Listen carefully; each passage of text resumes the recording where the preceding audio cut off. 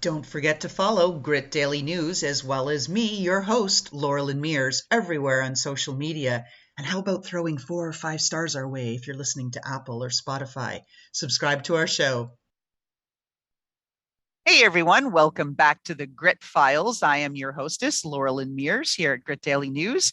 And we've got not one, but 2 people focused on energy here. And it's all about what can we do as a society to reduce our carbon footprint?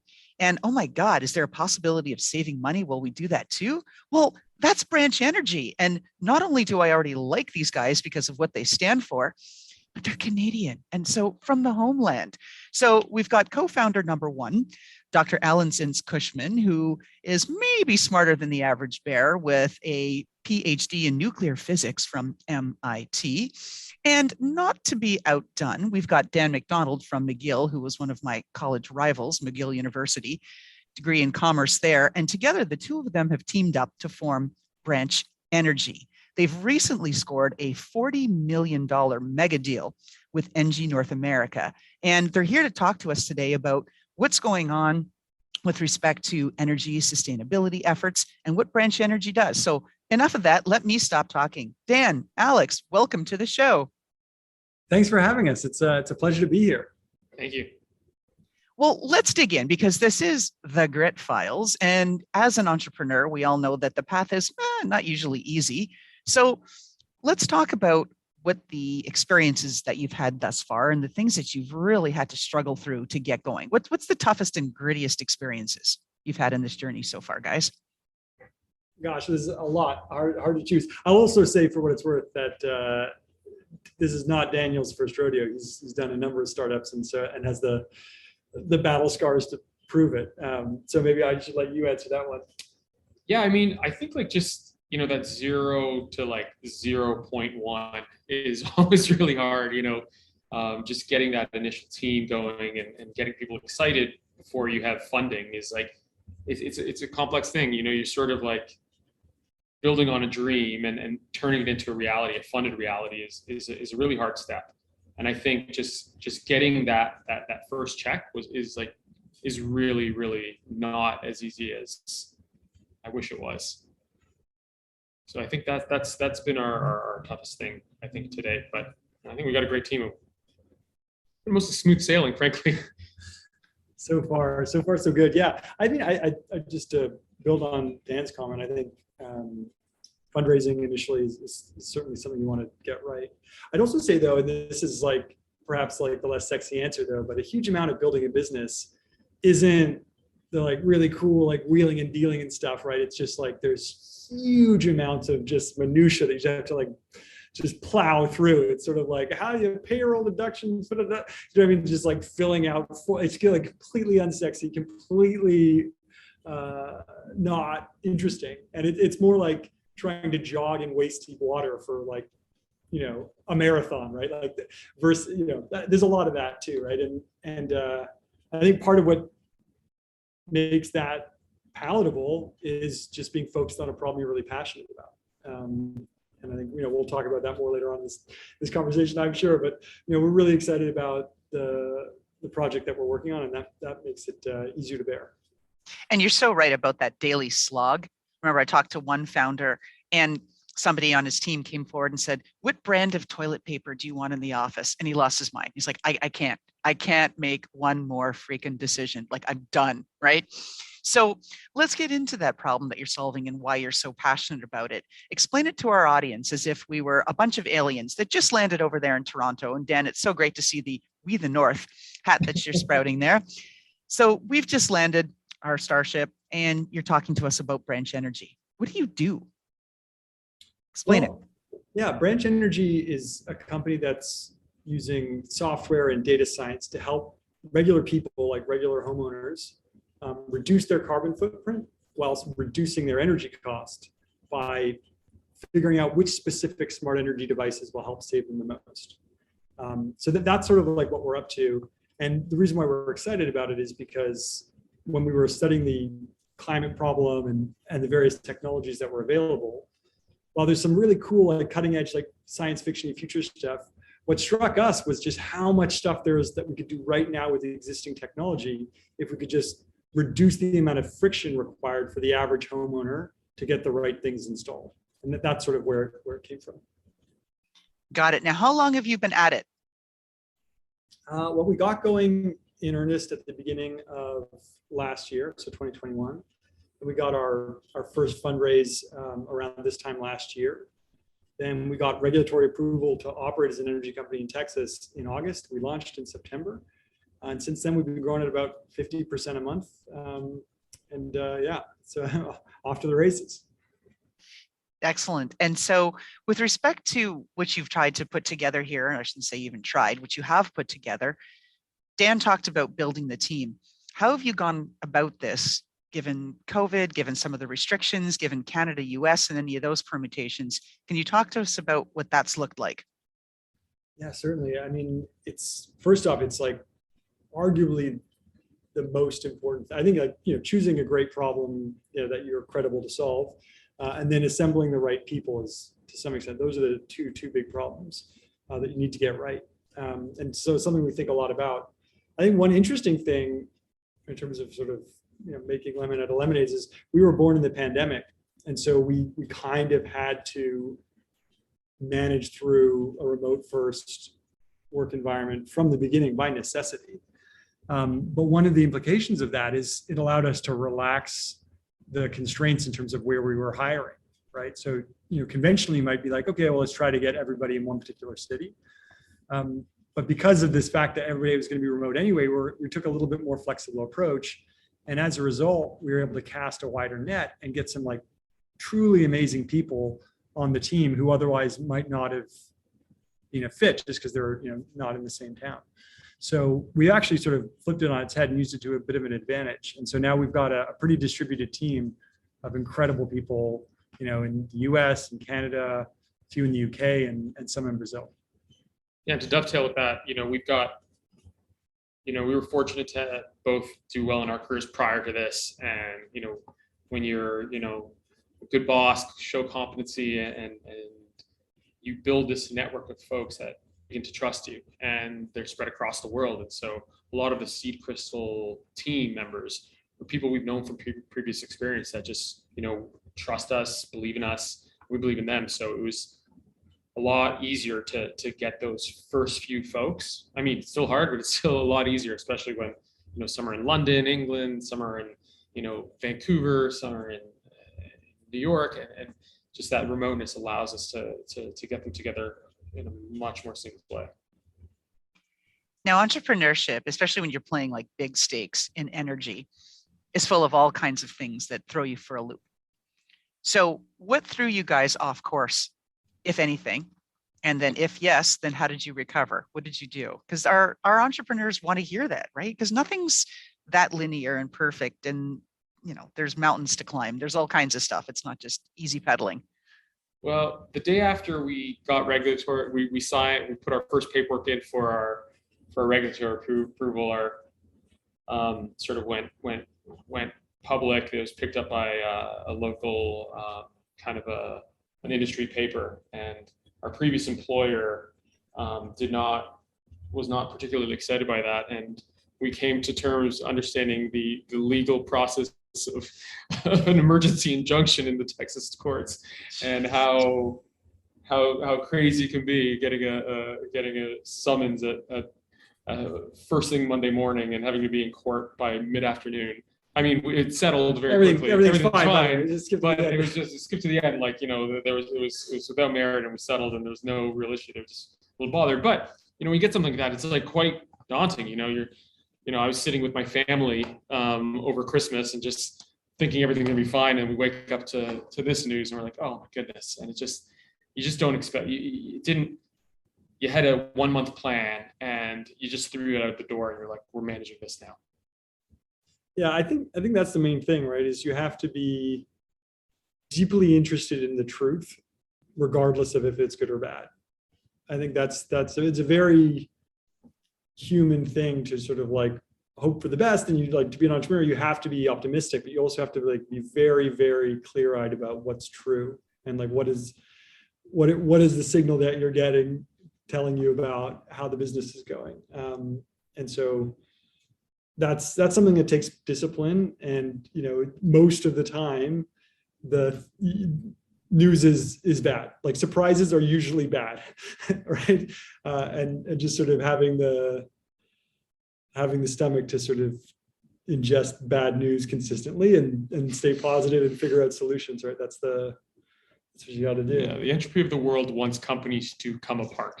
That's right. So you just like it's like carrying a waterbed up like 50 flights of stairs, you know, on an empty stomach. And you talk about nasty surprises. Last week, I incorporated Delaware. I mean, not last week, but last week I went in there, and Delaware has a franchise tax, and they levied a penalty on me for $89,000. I just about lost it. Yeah. Like on the edge. I'm like, are you kidding me?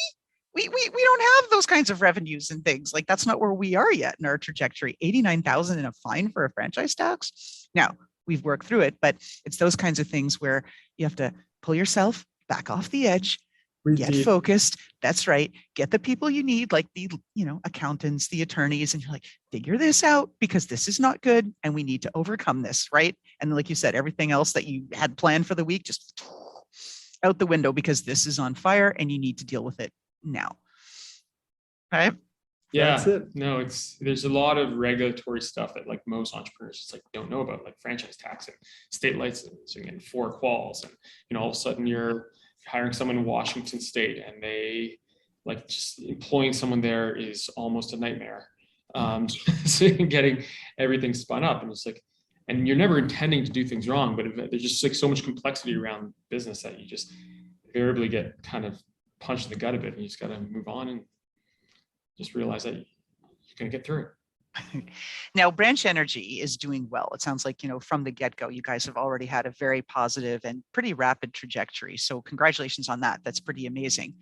But there's usually 1 or 100 things that people would do differently when they look back. And so if I gave you an undo button now and said, you got to hit it once, whether it be personally or professionally, what do you each do differently? That's a good question. That's a really good What's question. your number one undo? My number one undo would be, I think like charted fairly. Oh, you know what? I've got one. Tell me.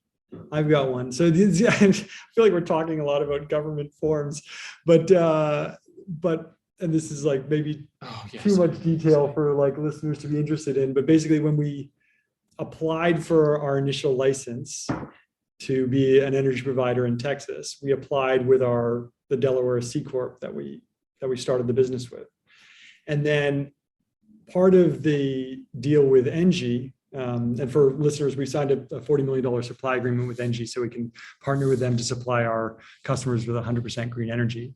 But the way that we needed to structure that deal was to have a subsidiary that was technically the partner with Engie. And that was just because it's helpful to like separate the IP from the business with the sort of the energy supplying, and it doesn't matter, but we ended up having a subsidiary, right? And it turns out that the process for transferring the license from our C Corp to the subsidiary, we just couldn't do it. Like we ended up like, we thought it would be true. Like, oh yeah, I'm sure it'll be fine. We'll like fill out some form and they'll let us do it. But they're just like, you can't do it. So we literally ended up having to apply for a second license, like from scratch, and then migrate all of our customers over. It was so painful. So yeah, I think that was one thing that if we had created that subsidiary initially and then done the application, that would have saved, you know, hundreds and hundreds of hours of pain and suffering. Yeah.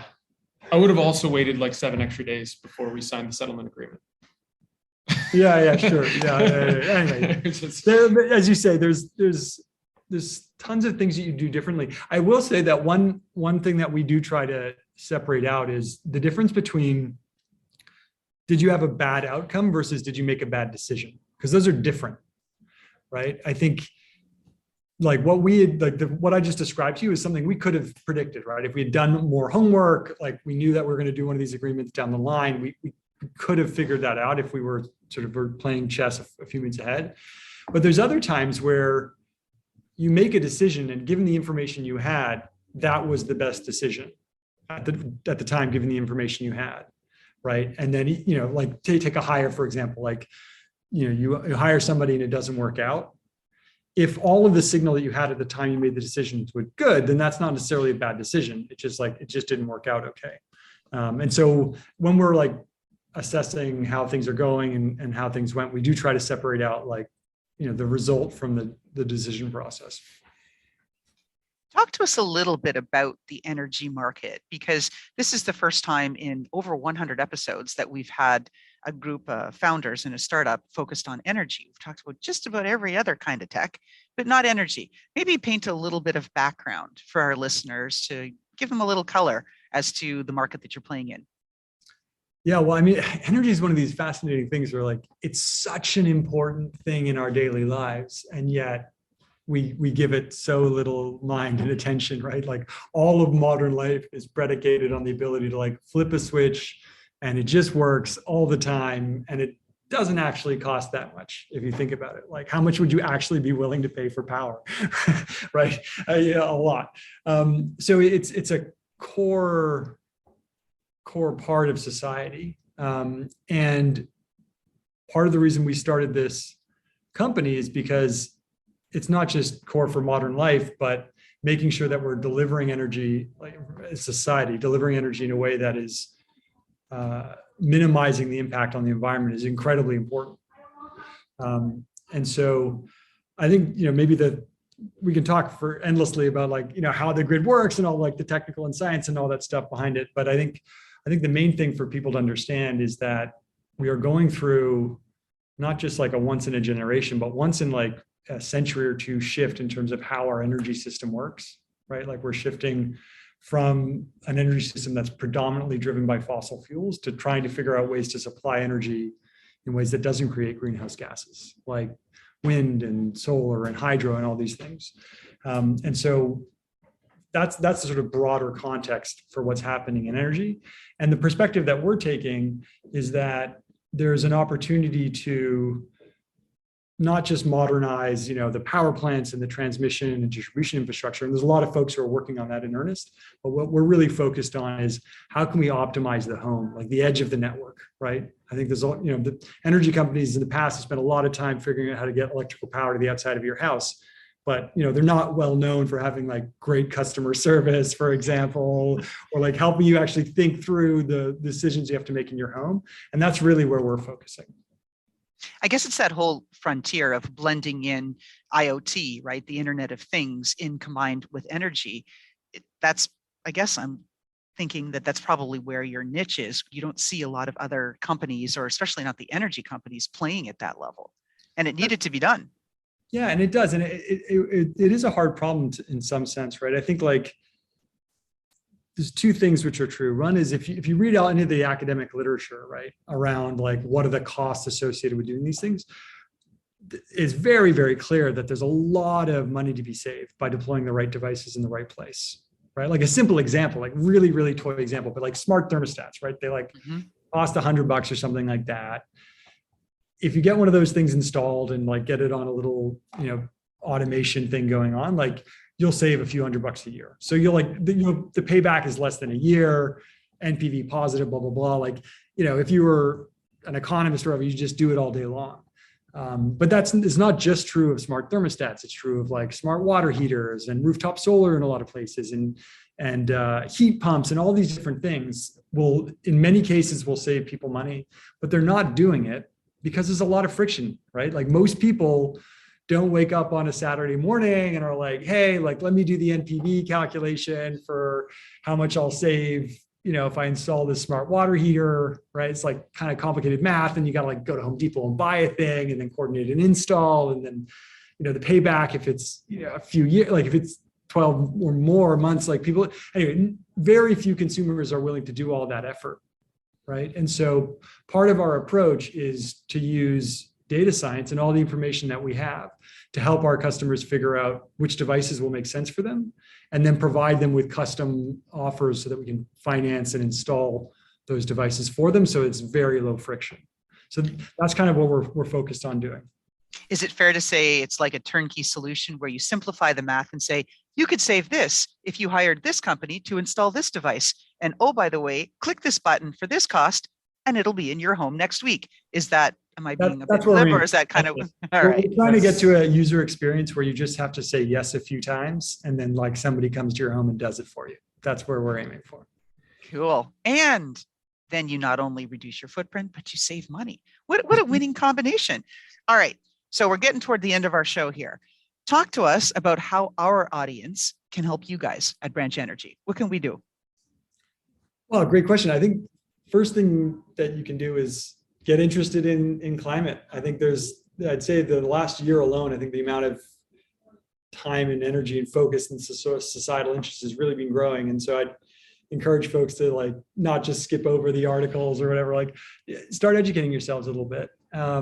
And then two, I'd say if you're in a place where you can do so, look into switching over to green energy. Most energy providers will let you do it. Doesn't cost much. And then, of course, if you're in Texas, by all means, Texas is our first market. We're planning to expand quite a bit over the next few years. But for now, if you're in Texas, go to branchenergy.com and check us out. Perfect. And exactly. Read those articles about the large Arctic shelf masses that are falling off, and right. I mean, read about them. Okay. We just talked about really serious stuff, very heavy stuff like, climate change and, polar bears drowning on little pieces of ice and stuff like that. So let's turn it around and end our podcast on a positive note, because Branch Energy is doing some incredible things to change the game here. So fun question, signature question, a bit silly, but we're going for it anyway. If we got the chance to look into your closets, and I'm going to ask you both, and there was a pair of footwear in there that personified who you are, talk to us about that footwear and why it represents you. I'll certainly say this is the first time I've been asked that question. I bet. Yeah, I'm taking inventory of all the types of footwear. I'm like running shoe, dress shoe, flip flops. I'd say running shoe for me. I think I do a lot of, I run a lot personally. I just find it's very relaxing. It's like meditation. And it's just I always just plow ahead. I always just keep the cadence up, keep going, ignore the fatigue, and just your knees hurting a bit. Don't worry, just give it a few more seconds. Your brain will start ignoring it soon enough. And just like plowing through it, and that's my shoe if I had to. And by the way, that growling you just heard was my dog Lucy, who came into the office today. Oh, hello, Lucy. No we love worries. all things fur here, so that's awesome. Okay, Dan, so you're the running shoe guy that just nothing's gonna slow you down. You're gonna keep running. Alex, what about you? What footwear personifies who you are? Well, Dan probably stole my answer. I also love a good running shoe, but maybe building on it, Actually, running shoes, my entire description is probably you, but better. Well, how about building on that theme? I do it a little bit less now than I used to, but I love mountain climbing, and I have some pretty serious mountaineering boots, which are an incredibly important piece of, arguably the most important piece of equipment if you do mountaineering, and they're well loved and have got me up a bunch of mountains. And maybe that's a metaphor. I do love climbing a good mountain.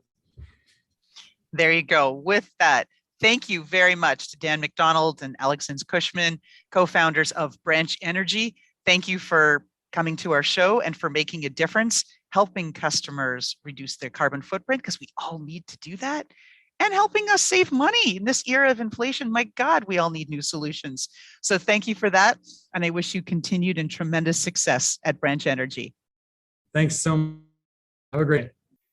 And how about that fantastic intro by Touch Circle?